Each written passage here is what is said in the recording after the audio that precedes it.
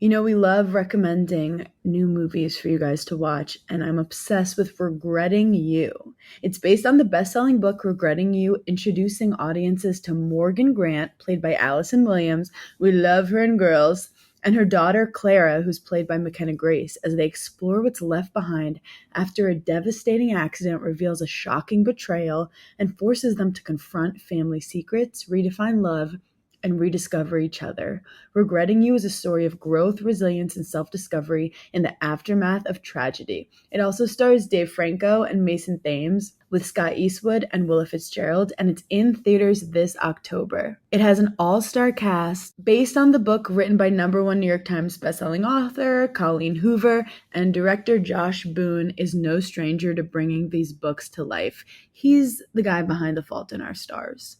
It's the perfect film to share with your best friend, your mom, your grandma, your high school niece. It's filled with love, tears, and laughter, balancing comedy with romance and drama. But you know what? Sounds right up our alley. It'll be available in the US October 24th, 2025 to watch on the big screen. See it at a theater near you.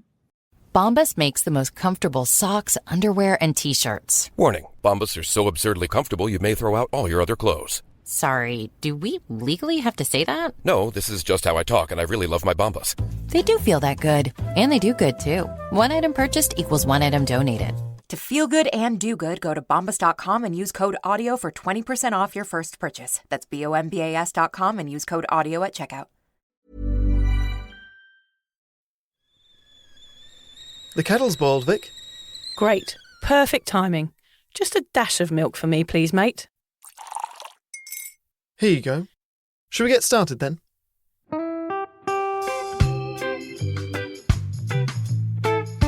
Have you ever woken up on a Sunday morning and said, I'm never drinking again, and then found yourself waving $50 at a barman by happy hour? Are you wondering why everyone else can stop at 1 while you head to a dodgy after-party with a weird bloke called Disco Dave? If so, it might be time to take a deeper look at your relationship with your reliable social crutch, alcohol. On each episode, we'll investigate our own dysfunctional dealings with booze and find out if it's possible to stop this deeply ingrained habit before things get too messy. Yep, we're going to open up a shame shed of humiliating drinking stories to help you understand why waking up from a booze coma each weekend with a kebab sticking out of your top pocket might actually be negatively impacting your health. Hamish and I are here to delve into what it's like being sober, an unwanted warts and all look into why giving up those cheeky pints or putting down those mummy wines will make you feel happier, help your anxiety and mental health, and turn you into the most sparkly, authentic version of you. Won't that mean I become boring though, Vic? Well, Hamish, we'll just have to wait and see. I'm Victoria Vanstone. I'm Hamish Adams-Cairns. And this is Sober Awkward. Vic, you just celebrated John's birthday, haven't you? Yes, we were down in Sydney for it. It was really nice. Actually, I didn't shit the bed on his birthday this year, which was nice. A little bit confused by that. You're staying in my bed, so I should be even more concerned about that. Why do you usually shit the bed on his birthday? Is that a tradition? First of all, people might be confused that I was sleeping in your bed on my husband's birthday. That's a tradition of ours. And it should, no questions. Thank you. Shh, don't tell everybody that, Hamish. That's our little tradition that no one else knows about. John's request. Hamish and I did do a house swap over the holidays, and I did sleep in your bed. Yes, it is true. There's a little tradition as well, Hamish, where I shit the bed on my husband's birthday. It's just a thing that I do. I've done twice. Twice? Recently, or? No, twice over the last 15 years. Yes, on his birthday. Okay. Once I had diarrhea and followed through, and the second time I had constipation, and it was very early on in our relationship, and he'd gone out of the room and I sort of let one go and followed through again. And he came in the room and he was like, "Are you all right? Why are you laughing?" And I was like, "Oh, actually, I've just shit the bed." And he was like, "What, you shit the bed on my birthday?" I was like, yeah. But the funny thing about this story is that John's parents had come to visit us for the first time ever. And they were in the house, and it was in the middle of the night. And in the morning, I went in to have a shower after the night before, having shoved everything in the washing machine. And I was in the shower, and John's mum knocked on the door and said, Vic, are you all right in there? I was just wondering, what do you want me to do with these sheets? They're all gritty. I've been sat in the lounge picking the grit off them for about half an hour. Oh no! Yeah, so... Oh, what did you say? So I didn't say anything. I said, thank you very much for doing that. Yes, there's something wrong with the water system. But really, she'd been picking little bits of poo off the sheets and I've never told her. Wow. How have I known you for this long and I've never known that you've shit the bed twice on John's birthday? Have you shit the bed any other times during your relationship with John? Or just on his birthday. It's just a special thing, a special gift. And were they both your bed? So, yes. Okay, that's relief. But the reason I haven't told that on the podcast is I thought she might listen, but no, I don't think she does. So I think we're okay now. So I can let loose on a few stories. But yeah, the poor love doesn't know really what she was doing. She thought it was something out of the cistern. Jesus. It was actually something out of my cistern. I'm not really sure what to say. All we need to do is we had a lovely birthday. We celebrated John's birthday without toiletry habits going wrong. So that's a good. There were no tears and no passive aggressive arguments about who forgot the cake. Just a calm night, a nice dinner. We went to the theatre, Haim. We went to see Book of Mormon, which was absolutely amazing. Highly recommend. And actually, I remembered the whole thing in the morning. Honestly, Haim, nowadays, it's wild how not drinking lets you actually enjoy your own life. Who knew? Not me, that's for sure. All of that poopy banter brings me on to today's topic, which is, of course, making up for lost time. One of the reasons that people go back to alcohol is shame. That gut punch feeling of realising how much time we've all wasted being drunk, hungover, or just planning the next session. Shame over all of those years blurred by booze, nights forgotten, opportunities skipped, mornings spent cursing yourself into the abyss. You look back and think, what if I had used all of those wasted hours doing something meaningful? Like a side hustle, a passion project, or just being more present for my kids. You start to look back and think, if I'd just skipped a few of those after-work sessions with Dave the pill dealer and mad dog Marky Mark, maybe I'd have written a novel or learned Italian or at least got through a weekend without crying in a kebab shop. The truth is, alcohol steals time. It drains motivation, dulls ambition, and replaces growth with Groundhog Day.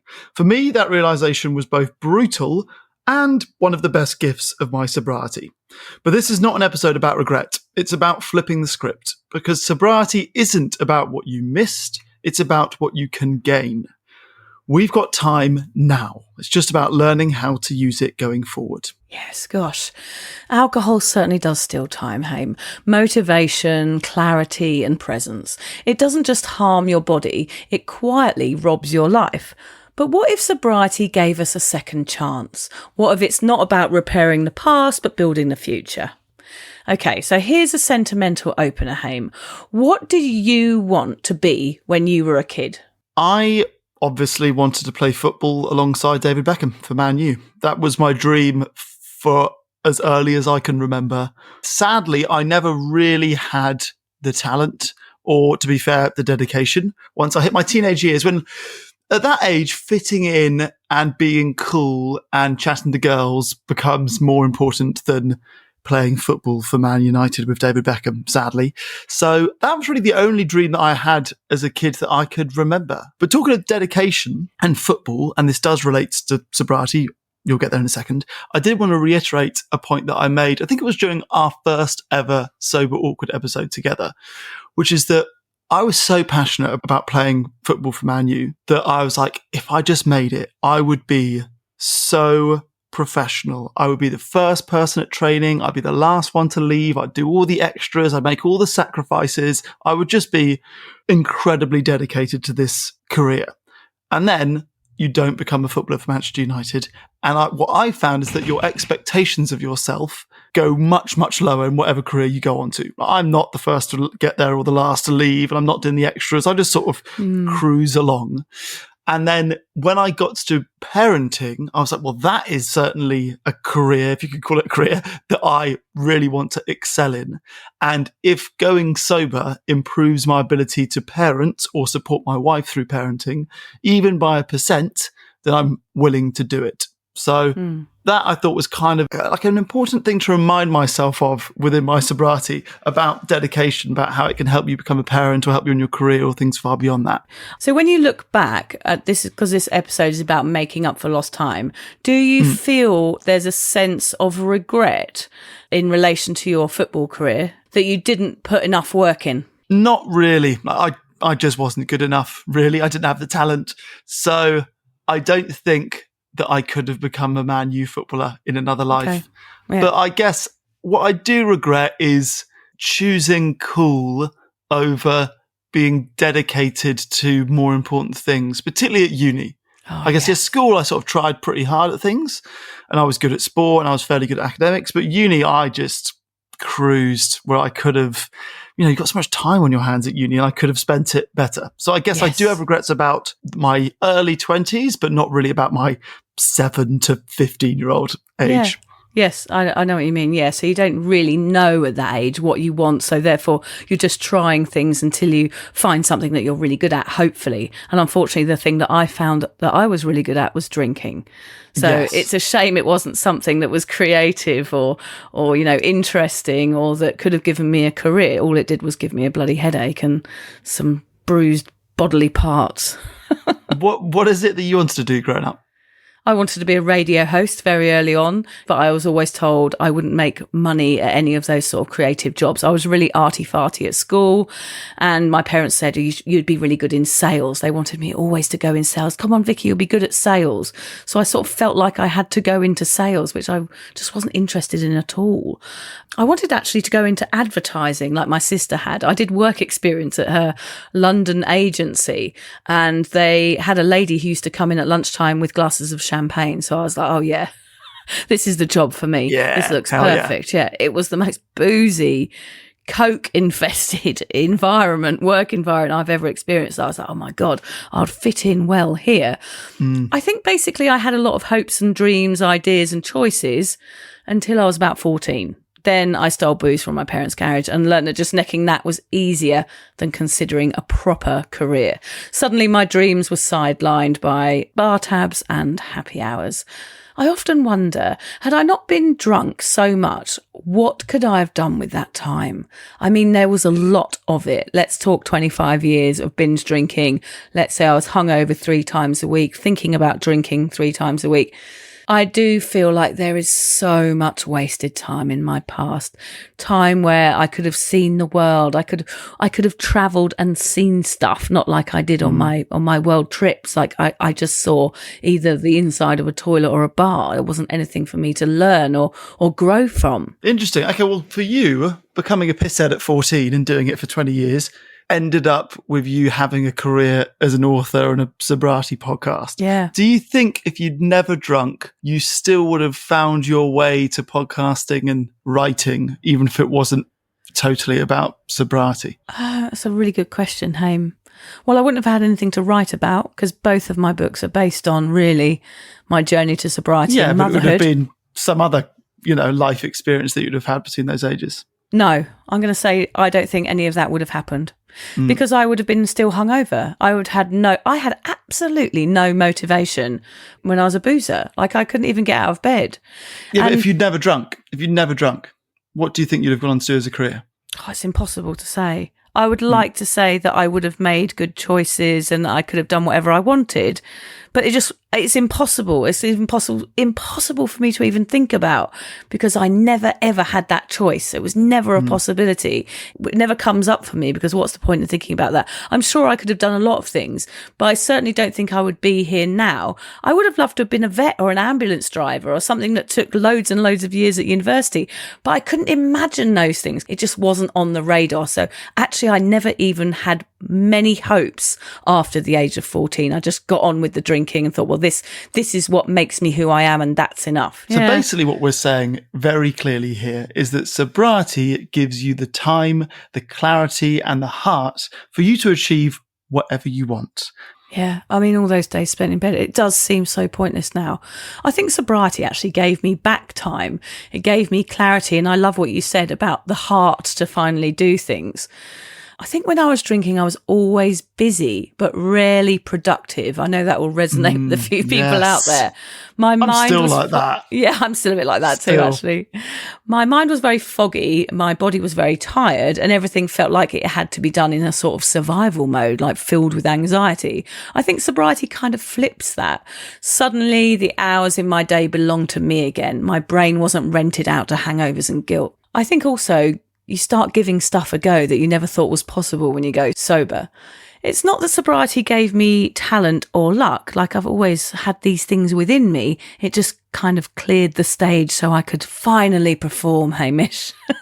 How's this changed for you, time and ability wise? I know you don't have time because you've got a little beautiful baby daughter at the moment. Well, it's difficult to say because my sobriety coincided with me becoming a dad. So I was immediately time poor as hell anyway. But with that being said, I think I've been able to be more productive with prioritization. Like, I put my family time above anything else. I'm not spending a single minute thinking about booze, drinking booze, recovering from booze. So, every minute that I've got, I guess I'm spending wisely. I have actually been surprised, weirdly, despite now, being a dad of 2, I have been surprised by the fact that I do still have time in my day. I mean, there are pockets of time that you never thought were available until you're sober, and you got, I feel pretty good quite a lot of the time. There's this sense of loss of the past, isn't there, which gives me a real kind of icky feeling in my tummy, like, what the hell would I have done for those 25 years? What would I have achieved?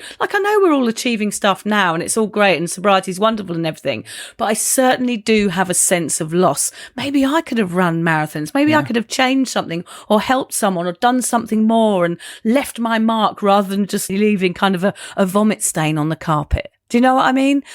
What could I have done with that time? And we talk a lot about careers and, what we imagine for ourselves, but it doesn't make any difference what happened in those years. What matters is that time is gone. And that can feel very, very overwhelming for people in sobriety and those that are still drinking as well. It's like, it's time we can't get back, but how can we make up for it now? Like, are there ways we're going to kind of forget those years as our past and go, right, that was done. That was probably a mistake. I didn't live my life to the fullest. There was no motivation there. So what do I do now? And this is this pinnacle that we're going to talk a bit about today. Is like, can we wipe the past and just move on? I tell you what I do see through our cuppa members, and I hope that people listening will nod along to this, is that sobriety certainly helps with the mindset of like, I'll get to that one day. I'll give up sugar one day. I'll run a half marathon one day. Like, I'll give up caffeine. And lots of people talking about caffeine on Cuppa this week. I'll give up caffeine one day. And I feel like as soon as you get sober and you like overcome this enormous challenge that lots of people try and fail to do forever, and you have more time on your hands and you have more self-belief, they're like, wow, I gave up something really difficult. I think you stop putting off things like, I'll give up sugar one day, or whatever the equivalent is for you. People are like, I've knocked over this domino. I'm just gonna take on another one. Why not? And I think that then it's self-perpetuating and people feel more confident and more like a superhuman and build that confidence from there. So there's certainly saving time in that way, I think, through sobriety. Part of me wants to know the total number of hours or days spent wasted in bed. Part of me maybe doesn't want to know. I don't know. How much of my life have I spent in bed with a hangover, or on my knees in a bathroom throwing up into a loo, or just standing at a bar ordering drinks I don't really want? What is what is that number, Well, I think it's probably going to be quite depressing, Hamish. Let's have a talk about real numbers and science for a moment, because feelings are valid, but facts give the fire fuel. So, Ham, what if I was a very, what we call normal drinker? Let's say 2 glasses of wine a night for 25 years. Okay, so here's the terrifying thing. If you drink 2 glasses of wine a day for 25 years, which, let's face it, doesn't really sound like too much, sounds pretty harmless, you would have spent nearly a full year of your life either drinking or recovering from it. That's a whole year of standing in kitchens, topping up glasses, talking crap, and waking up feeling rubbish. A year of half-assed mornings, lost ideas, and staring into the fridge wondering why your head feels like a cement mixer. Imagine what you could do with that time instead. You could learn French, you could run a marathon, or just have one long, uninterrupted nap for a year. It's a bit extreme. We shouldn't recommend a year-long nap. No, we do not recommend a year long. To do. Don't sleep for a year, you lunatic. Yeah, you got to get up. You got to pay your mortgage, mate. Get out of bed. We think wine gives us time off, but it's quietly stealing it right from under our noses, one lovely stemmed glass at a time. If you're properly hungover 2 days a week for 25 years, that's actually 2,600 hungover days. Wow, that's a lot, isn't it? Over 7 full years of your life spent feeling like a mouldy sandwich. 7 years of lying in dark rooms Googling, am I dying or just dehydrated? Shushing your kids, eating beige food and swearing you'll never drink again. I mean, that sums me up very well. 7 years of life paused. No creativity, no energy, no joy. I think the only joy I thought was in the bottom of a glass. I was just existing in a fog of regret and a dry mouth. That's how it felt. My life paused. Really, that is so true. And that's what I feel a little bit guilty about it. And I feel a bit silly, Haim. I feel silly that I did this for so many years and thought that it was okay. So not only have I got regret about the lost time, I feel slightly stupid that I was conned by booze into thinking that that was the right thing for me to be doing. So the whole thing, you can feel it. It adds up to a lot of nasty feelings going around in my body. What could I have done? What could I have been? It's annoying. What do you think you Googled the most on a hangover? Am I an alcoholic? Did you? Yeah. Okay. So, Yeah. Okay, that shows that how different you and I were. Mine was more like, what are the best hangover cures? Is there a pill that does this? I can remember fantasizing about my friend of mine who's a GP who, like, they would just turn up to the hospital and get an IV drip and then they'd be fine. If I was still drinking now, I would have trained ChatGPT to be a doctor and be like, okay, here are my symptoms on this hangover. What do I need to eat, drink, do? Give me the greatest doctor's opinion on curing hangovers for sure. I hope the answer from ChatGPT would just be the cure to a hangover is sobriety. That's all ChatGPT needs to say, because that is the only cure. We spoke to William Porter. The booze has to be filtered through your body. That is the hangover. And there's absolutely no way you can get rid of it, no matter a pill, dehydration, going for a dip in a pool or a swim in the ocean. The alcohol still has to make its way through your body, and you just can't get rid of that feeling, no matter whether you have a drip or whatever. You are still going to be hungover. And also those sort of like cures only probably give a little bit of difference if somebody hasn't downed the whole bar. If you're someone like me who went out binge drinking, there is no way you can avoid a hangover. Yeah, such a waste of time. So when you add that to the year you spent actually drinking, that's 8 years gone to booze. 8 years. You could do a medical degree in that time. You could travel the world. You could literally raise a child from birth to primary school. Instead, we've been stuck in the spin cycle of hair of the dog and never again. Oh, and just to add, alcohol also shortens a healthy life. People with heavy consumption or binge drinking lose between 3 and 6 years of healthy life expectancy compared to lower risk drinkers. So not only do you lose time whilst you're drinking, but you also make your life quite a bit shorter as well. Sobering that, isn't it? Yes, and slightly depressing. I love the quote, either you run the day or the day runs you. It's by someone called Jim Rohn. Alcohol ran my days back then. Sobriety gives you the strength to take it back and run your days yourself. So let's face it, we know, because we've both experienced this, the shame will come.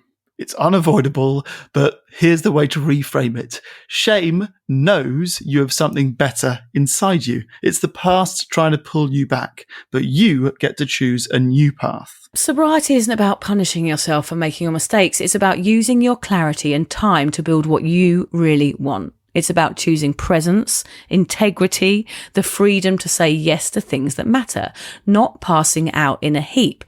I think that was the other thing, Hamish, that alcohol did to me, was that I didn't know myself. So therefore I couldn't push myself because I didn't know what I enjoyed.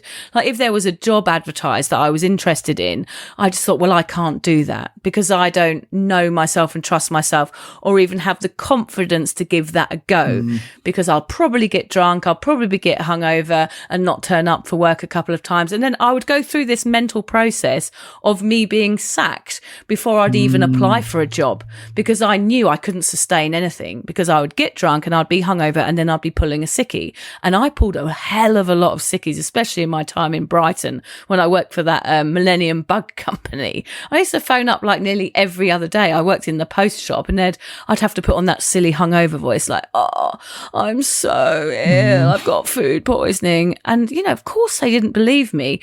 But that confidence that I didn't have has now returned. So if I apply for a job, I know in my head that I can do it. So there's an element of not only losing time, but also gaining back some of the stuff that I lost within myself, some of my capabilities almost. It is uncanny how many people write to us saying their careers take off once they get sober. It probably is related to that. You know, when you're drinking heavily, you have low self-worth because no one wants to be a binge drinking or alcoholic person hungover eating chips all day. No. And I heard a quote recently, I wonder if it's tied to this, which is that we often... Bombas makes the most comfortable socks, underwear, and T-shirts. Warning, Bombas are so absurdly comfortable you may throw out all your other clothes. Sorry, do we legally have to say that? No, this is just how I talk, and I really love my Bombas.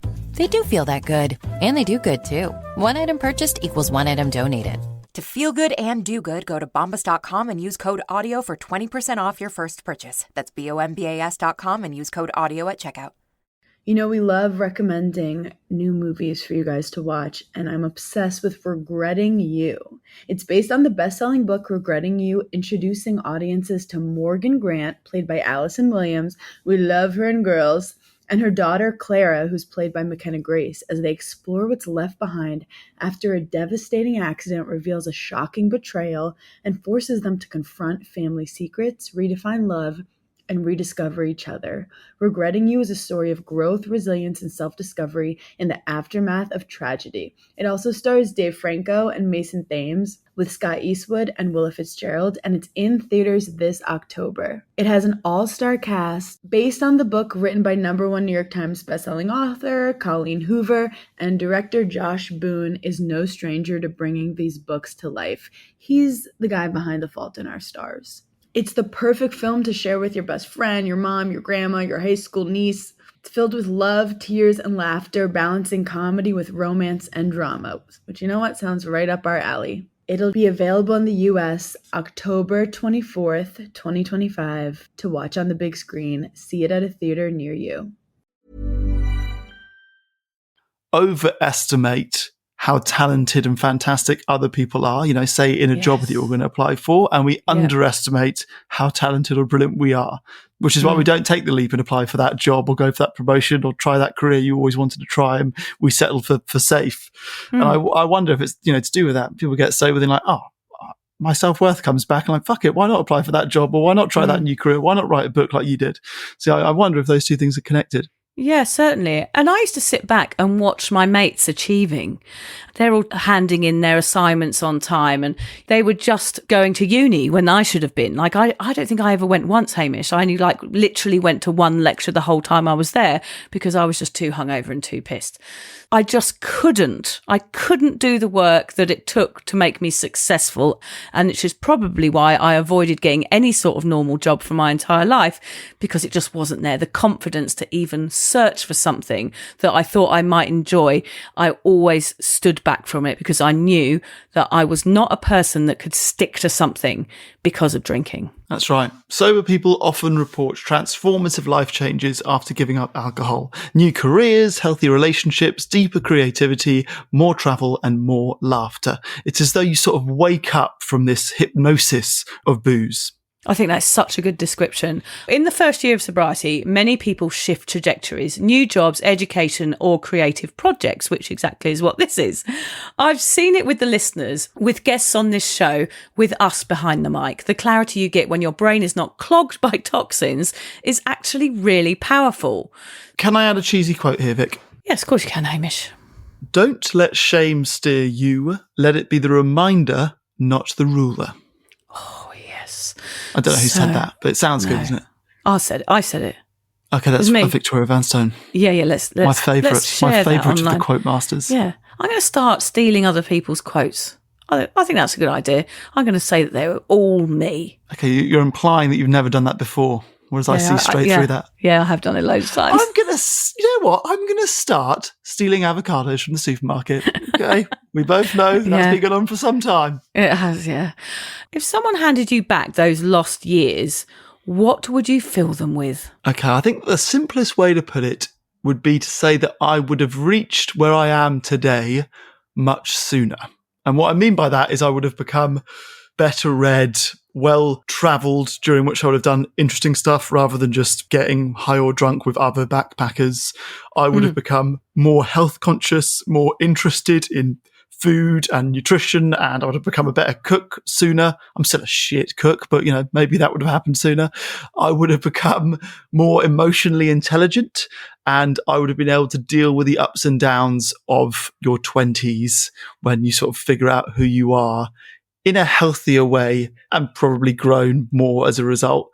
I would have had the potential to have been a far more interesting 20-something-year-old. But it's funny though, isn't it? Because when you talk about yourself, Haim, I'm always like, he's a really interesting guy. When I first met you, like you're just a normal drinker when I first met you, I still thought, what an interesting bloke. He's done loads, he's achieved loads, he's just absolutely fascinating. I think I know that I was interesting, but I could have been much more. I guess it was that. Yes, and that's why it's good. Well, I think because knowing that makes you want to make up for that time, doesn't it? So it's like you're just knowing that maybe there was some lost years, which makes you even more enthusiastic about now changing everything. I don't think anyone can look themselves in the mirror when they're still drinking, even if it's just moderately like I was, or heavily, or just a few drinks every now and honestly think, I am at 100% of my potential here.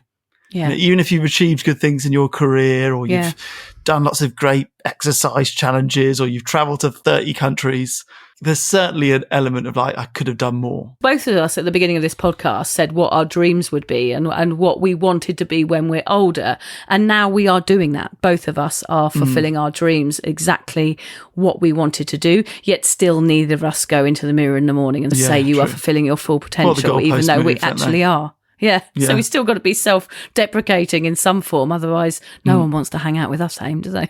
Fair. I don't think they do anyway, but... No, exactly. Yeah. What would you have done with those lost years?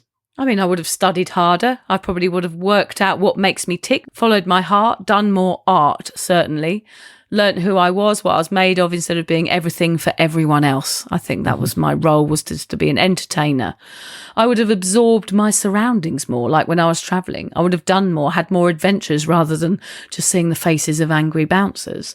I would have taken more care of myself sexually and mentally. I would have been kinder to my body. I do feel like I flushed 25 years of my life down the bog. It's not a nice feeling, but I guess at least I'm making up for it now.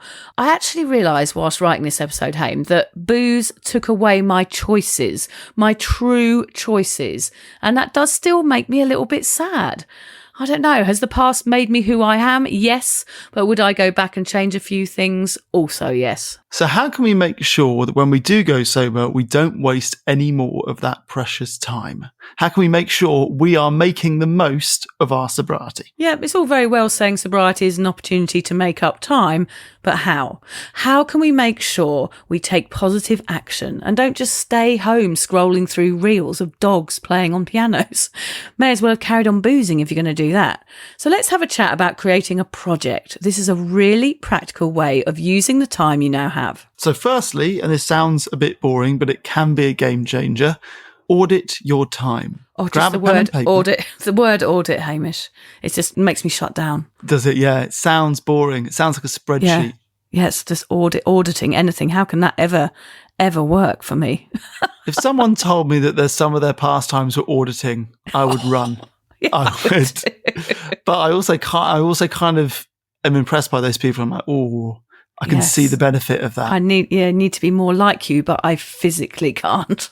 No, I reckon 30% of the listeners don't know what auditing is. So this is what it is. Okay, so grab a pen and paper. This is what you're going to do. Or you could use ChatGPT or anything and be honest about how much time you were drinking. How much time did you spend recovering from that drinking? And then how long do you think you were spending fantasizing about drinking, like thinking about the very act? Was it every day or was it once a week? Turn it into a sum and then ask, what can I do with half of that? Right? So we're not even asking you to spend every single minute that you spent on drinking to do something productive. We're giving you 50% leeway and spend half of that time doing something more productive. Or just pick one small project. I think that's all I could have managed in my early sobriety, even just 30 minutes a day. If you want to write or paint or learn coding or even learn auditing, which is what I probably need to do, bake, voice your podcast, whatever it is, pencil it in. I mean, I have to pencil in sex now, Hamish. I'm going to be honest with you. It's in the diary. Somebody told me to do it. John's birthday. Yeah. Yes, once a year. Yeah, repeat this. It's funny because it's true. But do pencil it in. Work out how long it will take. Couple of seconds, and then put it in your diary. Start slow, but block these sacred hours and make them yours. Right, I've come up with a term for people that are new to sober life, and I'm calling it booze transition rituals, Hamish. So after work, instead of a drink, go for a walk. It's just swapping things out. It's so swimple. Swimple? Oh, it's swimple. Go for a swimple as well if you want to. Or pop Is that a swim in a pool? What is swimple? Yeah, of course. Okay, Didn't know what a swimple is, Hamish? Swimple's nice. Sounds like one of Nellie's imaginary friends, a swimple. Yeah, no, that's a wobble, but it probably could turn into a swimple if she's lucky. Go for a walk, journal, stretch. I don't like that sort of advice because has there ever been a moment in my life where I've thought to myself, I could probably fill this time with something more appropriate, like stretching? That just doesn't happen to me. Eating. Let's say eating. Well, stretching, I think you can do whilst doing something else. If it's like watching Netflix whilst doing a stretch, actually just like doing nothing but stretching. I know that we're meant to do that. Never in my life have I ever done that. It's like when you go to the physio and they say they give you all those exercises to do for the week, and then you go back a week later and say, oh, yes, I've done them all. I've done them every day. Rolling up and down on a tennis ball on the floor. Yeah, it never happens. You just go back there the next week and promise him that you have, and nothing's changed, and you have to keep paying out. Is stretching, is that when you hold a lint ball really far away from you and then like really as far as you can and then put it into your mouth? Is that count throw stretching? It into your mouth with a straight arm. Yeah, yes. That's it. That's the arm stretch. I do a lot of stretching in that case. Put one in between your big toe and your second toe and then see if you can get it into your mouth, not using your hands. But what if it melted in between your big toe and your toe? Then lucky you. Well, you've got a dog, no problem. Lucky Sandy. Careful with chocolate around dogs. Chocolate and dogs is no. A dog licking chocolate from between your toes. Jeez. Train your brain to associate the wind down with life, not with the bottle. That's brilliant advice, even if I do say so myself. Once one project is in the pipeline, it's time to celebrate all of your small wins. That's days without drinking, hours reclaimed, and momentum built. Acknowledge them. That way you don't get dragged down the shame spiral and you get to give yourself a nice little pat on the back. Lastly, now this is huge, instead of snogging strangers or wasting time in a blackout talking to rocks, yes, I did do that once. One of my favourite stories. Surround yourself with timekeepers, people who value doing stuff, fun stuff, wholesome stuff that doesn't make you cringe the next day. A community that admires consistency, not chaos. People that like you for being you and not for being able to down a pint of snake bite and black in 2 seconds. I mean, I did think I was a bit of a legend in those days, Hamish, but it turns out true. I was just considered to be a total mess that probably needed lots of therapy, and all those people were, in fact, correct. Well, it's now a good time for you to briefly tell us about, we're talking about doing fun stuff, what you did on Sunday morning. I actually organised a rise and rave event. I've got a silent disco set, and everybody came along at 8 o'clock in the morning to this amazing venue by a little river. It was like a Balinese garden, and a DJ had made us an exclusive set, a Gold Coast DJ called CJ, and we danced to techno and everybody went crazy and it was absolutely perfect. We did a little meditation and we danced our socks off with no booze, no drugs. It was just pure, unadulterated, sober euphoria. There's nothing better than that, I can tell you. And you walk away from those events, those sober events, with no feelings afterwards. All I thought was, wasn't that fun? And that is something I never, ever felt. Like I always had good stories after my drinking adventures, but I could never have walked away from a night out and gone, oh, wasn't that fun? Because there was so much more to it. There was so much terrible behaviour that I had to deal with. And had I offended someone, and the abyss of the unknown that I couldn't have any answers to because I had no idea what I'd done. And now that's the difference, is that I know I'm not wasting time. I know I'm creating memories. And that's the difference between drinking and sobriety. I love it. There's nothing I find more entertaining than watching a silent disco, one person dancing to clearly like the slower music channel while the person next to them is going for it on another like upbeat channel. I do agree. Watching somebody who's listening to the Gabba House Techno Masters of Rotterdam compared to somebody who's listening to Let It Be by the Beatles would be highly amusing. True. Okay, I think we're going to try and interject here with two really highbrow quotes. We've spoken about lint ball between feet, so now we're going to bring people back up to thinking that we're great. educational. Yes. So the first one's from George Eliot, highbrow. It's never too late to be what you might have been. Oh, it's inspiring stuff, isn't it? Oh my God, that is so good. I used to fucking hate quotes. It is too late for me. Now. I'm nearly 35 and footballers retire at 35. So, sorry, George. The chances of playing for Man U and Beckham's retired are minimal. But, you know, for those of you not wanting to play football with Beckham, believe in George. Yeah. Oh, it's a bit sad, Hamish. Anyway, do the best you can until you know better. Then, when you know better, do better. Nice. Sobriety isn't about erasing the past. It's about building a new timeline. It's about reclaiming time you never realised was taken. It's about showing up fully in a life you choose, not one you stumble through. If you feel a bit behind, that's good. That means there's room to move forward. You're not late, you're starting again. Use your clarity, your energy, your brain that isn't fogged by vodka. Build, grow, laugh, travel, create, love. Can we pass the bucket, please? It's a lot. It's a lot of Are you going to get one of those words. signs? Yeah, you're going to get one of those wooden signs that you put on your desk at home that says build, grow, laugh, travel, create, and love. Have you got one of those? I'm going to have them on Post-it notes around the mirror so I see them every morning when I'm brushing my teeth. You could get it on a neon light, Hamish. That would look nice, wouldn't it? And your build, grow, create, love. Travel, God, that is just not What a cool. wanker I've become. What a tosser. What a sober tosser you are. Here we go. God, this episode has been a minefield of quotes so cheesy that I feel a bit of vomit rising in my throat. And guess what, Hame? Go on. Your drinking years, are you ready for this? You know I'm going to do a cheesy quote when I say that. Yeah. Your drinking years were a rehearsal. Sobriety is your main act. Main act. Yeah! Yes, it fucking well is! Here I am, and I'm bloody taking back the time I've lost.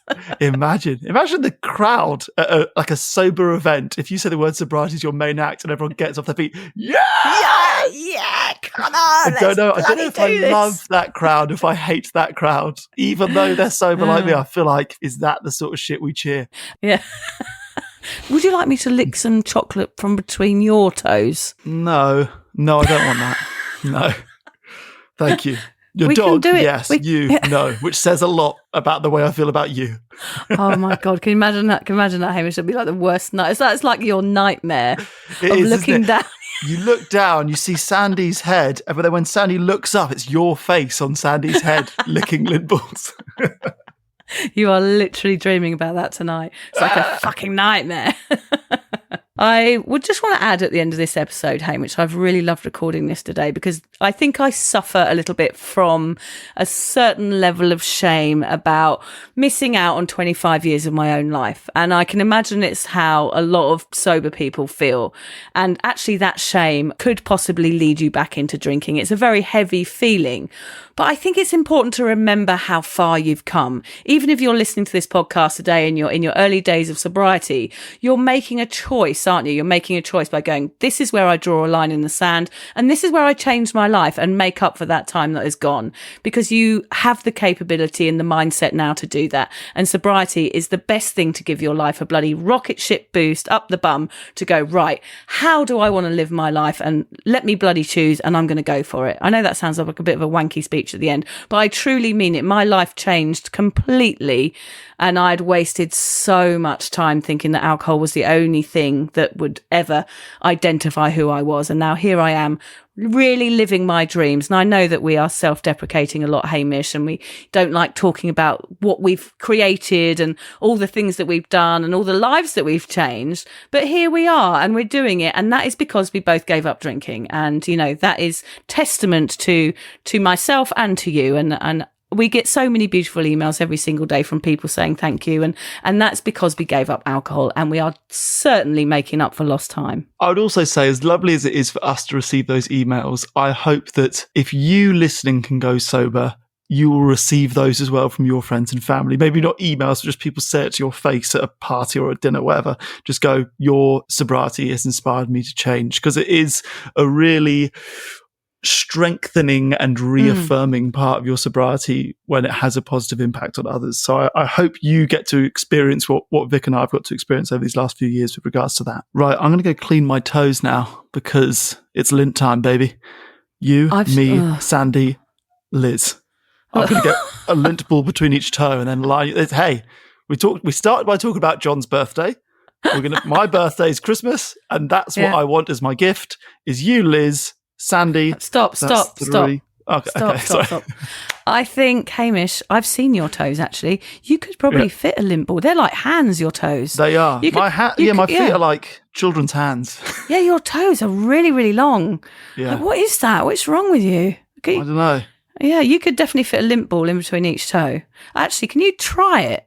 That's your challenge for the next day, 24 hours, is I want you to send me a photograph of a lint ball in between each of your toes. And I don't want any pictures of Liz eating them out of your toes. I don't know if I can put that online. It would creep people out. I'll see if I can get 4 or maybe 3. I'll see how many I can do.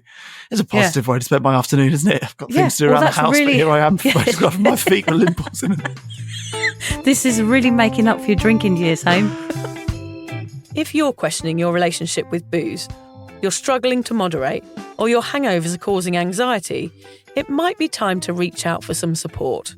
Yeah, just talk to a mate about how you're feeling, contact a local doctor, find an AA or sobriety group. Vic's got one. Yeah, just head to www.cuppa.community. Remember, if you're questioning yourself, it might be time to seek support.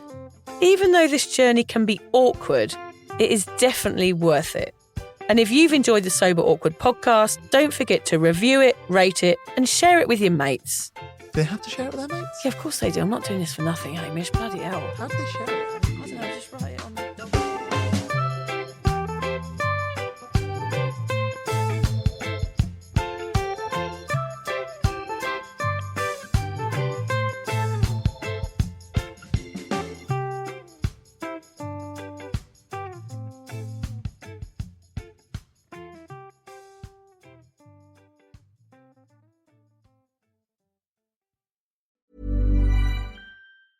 Hey, it's Paige from Giggly Squad.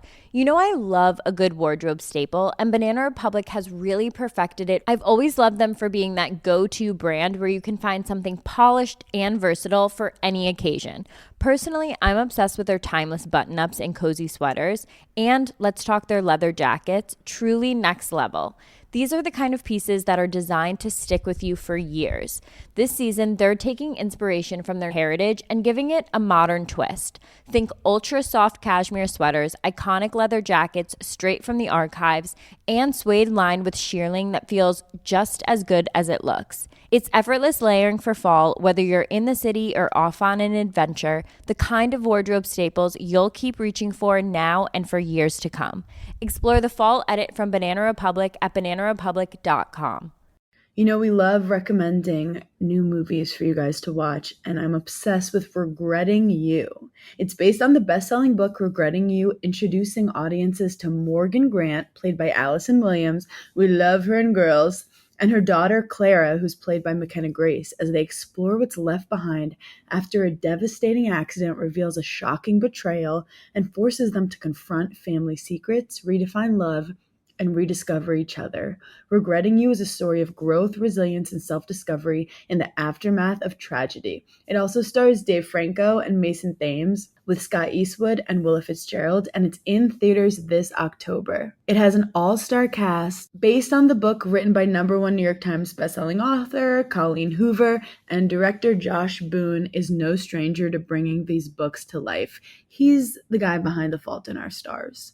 It's the perfect film to share with your best friend, your mom, your grandma, your high school niece. It's filled with love, tears, and laughter, balancing comedy with romance and drama, which, you know what, sounds right up our alley. It'll be available in the US October 24th, 2025 to watch on the big screen. See it at a theater near you. This episode is brought to you by Progressive Insurance. Do you ever think about switching insurance companies to see if you could save some cash? Progressive makes it easy to see if you could save when you bundle your home and auto policies. Try it at Progressive.com. Progressive Casualty Insurance Company and Affiliates. Potential savings will vary, not available in all states.